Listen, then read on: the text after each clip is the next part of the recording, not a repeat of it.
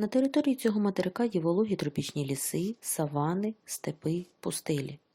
У вологих тропічних лісах сезон дощів триває весь рік, тому і ліси називаються дощовими.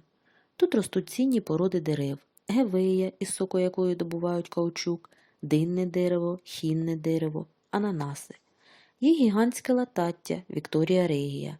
З тварин найбільше тут мавп, господарем лісу вважають ягуара.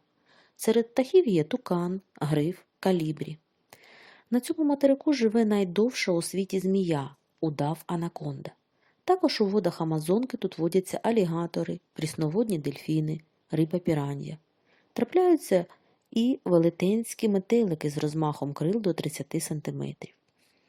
У саванах рослинність бідна, подекуди ростуть пальми, деревоподібні кактуси. Водяться тапіри, дикі свині-пекарі, ягуар, пума, панцирник, мурахоїд. У степах мешкають страус нанду, кішки пампаські. Природа пустель бідна, подекуди трапляються кактуси та чагарники. Цей материк є батьківщиною картоплі, помідорів, кукурудзи.